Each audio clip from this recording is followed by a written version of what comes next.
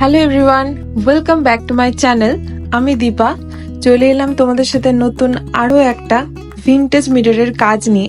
তো লাস্ট ভিডিওতে তোমরা হয়তো দেখেছিলে যে আমি একটা ভিনটেজ মিরর অলরেডি কাজ করেছিলাম, ডিজাইনটা সম্পূর্ণ নিজস্ব ছিল।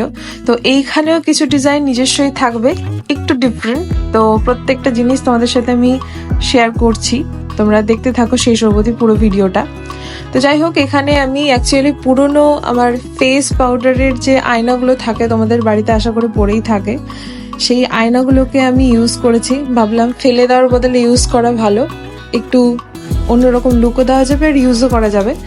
তো যাই হোক, এখানেও সেম ভাবে ওই মিররটা নিয়ে গ্লু দিয়ে আটকে নিয়েছি, আর সেই রকম মাপ অনুযায়ী একটা কার্ডবোর্ড কেটে নিয়েছি। তারপর সেই ক্লেগুলোকে, এখানে আমি ড্রাই ক্লে ইউজ করছি, সেই ক্লেগুলোকে এক এক করে সেই ডিজাইন অনুযায়ী আঠা দিয়ে আমি বসানোর চেষ্টা করেছি। পুরো লুকটা অবশ্যই আমাকে জানিও কেমন হয়েছে, কারণ এখানে আমি আরও ছোট ছোট কিছু ডিটেল বেশি অ্যাড করার চেষ্টা করেছি, যেটা আগের ভিডিওতে হয়তো ততটা করতে পারিনি। তো যাই হোক, এরপর কালার হিসেবে আমি নর্মাল সেই ফেব্রিক ব্ল্যাক কালার ইউজ করেছি। তোমরা যে কোনো কালার ইউজ করতে পারো, কারণ তোমাদেরকে আগের ভিডিওতেও বলেছিলাম যে ব্ল্যাকটা বেশি ভিনটেজের লুক দেয়। আর এখানে তারপর সিলভারের শেড দিয়েছি, তোমরা গোল্ডেনে দিতে পারো যেমন আগেরটাতে দিয়েছিলাম। তো যাই হোক, এই হচ্ছে ফুল ওয়ার্ক।